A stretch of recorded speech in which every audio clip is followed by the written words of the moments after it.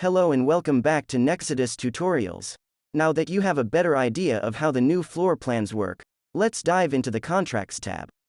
The Contracts tab in Floor Plans helps you track future availability by showing contracts associated with your floor plan items on the selected date. Let's say a customer wants a private office from April 1st, you can select the desired start date in the top left corner and use the floor plan view to see which offices are available from the 1st. Version 3 also gives you hints on items availability outside of the floor plan.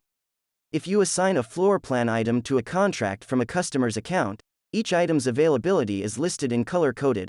Items marked as unoccupied are available and can be assigned to any contract straight away. Items marked as contracted are already assigned to a contract and are no longer available for the selected dates. You can assign hot desks to multiple contracts. Items marked as in proposal are already included in another proposal that hasn't been accepted. You can add items to multiple proposals. The first customer accepting their proposal automatically gets the selected item. Check out our next video to learn more about customer records in the latest version of the admin panel.